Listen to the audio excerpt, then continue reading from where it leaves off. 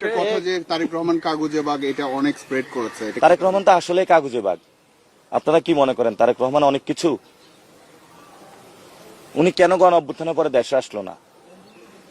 উনি কার সাথে চুক্তি করে এসেছে? জনগণের সামনে ক্লিয়ার করুক। ওনাকে কে অধিকার দিচ্ছে আওয়ামী লীগের লোকদেরকে পুনর্বাসন করার জন্য?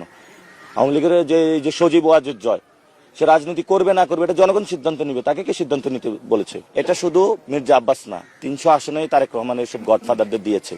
কমিশনার কাইয়ুম কি ভালো লোক? স্বদেশ প্রপার্টিজদের দখল করছে।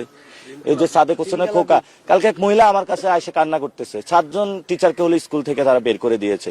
এই যে খোকা পুত্র জমিদার, এই যে কি যেন ওনার নাম, ইশরাক, বেয়াদব একটা ইশরাক। তো এই যে তারা বেয়াদবি গুলো মানুষের সাথে করতেছে। এই যে রবিউল খুনের মামলার আসামি, চারিদিকে তাকায় দেখি সন্ত্রাস আর সন্ত্রাসে বড় কোন জায়গা যায় এসে পড়ছি। এখন আফগানিস্তানে যখন কেউ অ্যাসাইনমেন্টে আসে, সে আইসা দেখে কোন জায়গায় যে পা দিলে মাইন। আমি হলে এই অবস্থায় আছি।